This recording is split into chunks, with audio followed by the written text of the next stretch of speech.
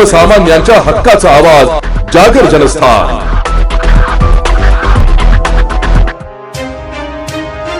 कल्याण डोंबिवलीत महानगरपालिकेच्या रुग्णालयात एका नगरसेवकाने परिचारिका आणि डॉक्टरांना केलेल्या अमानुष मारहाणीचे तीव्र पडसाद आज संपूर्ण राज्यभर उमटले।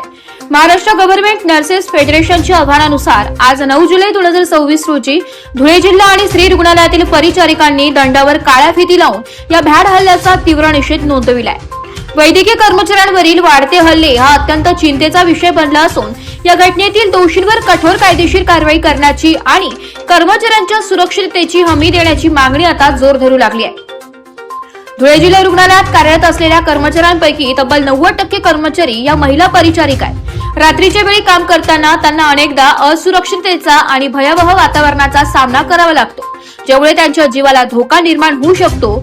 याच पार्श्वभूमीवर महिला कर्मचाऱ्यांच्या संरक्षणासाठी रुग्णालय परिसरातच 24 तास कार्यरत असणारी स्वतंत्र पोलीस चौकी उभारण्यात यावी अशी आग्रही मागणी फेडरेशनच्या जिल्हाध्यक्षा प्रतिभा घोडके यांनी केली आहे। रुग्णालयात सक्षम सुरक्षा व्यवस्था, सीसीटीव्ही आणि एसओपी तातडीने लागू न केल्यास भविष्यात तीव्र आंदोलनात्मक पवित्रा घेतला जाईल असा स्पष्ट इशाराही परिचारिकांनी प्रशासनाला दिलाय। नमस्कार, मी महाराष्ट्र गव्हर्नमेंट नर्सेस फेडरेशनची जिल्हा अध्यक्ष प्रतिभा घोडके आणि जिल्हा रुग्णालय धुळे येथे परिसेविका या पदावर कार्यरत आहे।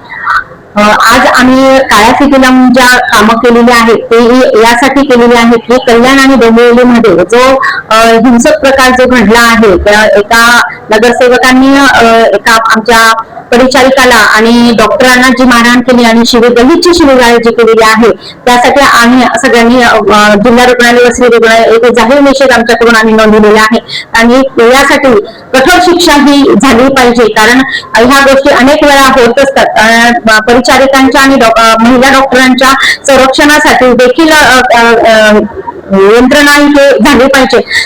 आमच्या इथे आम्ही देखील आता आमदार साहेब यांना आम्ही निवेदन देणार आहे की पोलीस चौकी इथे झाली पाहिजे, कारण आम्ही इथे जवळजवळ 90% महिला कर्मचारी इथे आहोत आणि इथे भयावह वातावरण असतं। रात्रीच्या वेळेस आम्ही बाहेर सुद्धा निघू शकत नाही, त्यासाठी आमच्या धुळे जिल्हा रुग्णालयामध्ये पोलीस चौकी व्हावी असे देखील आम्ही निवेदन माननीय आमदार महोदय यांना देणार आहोत।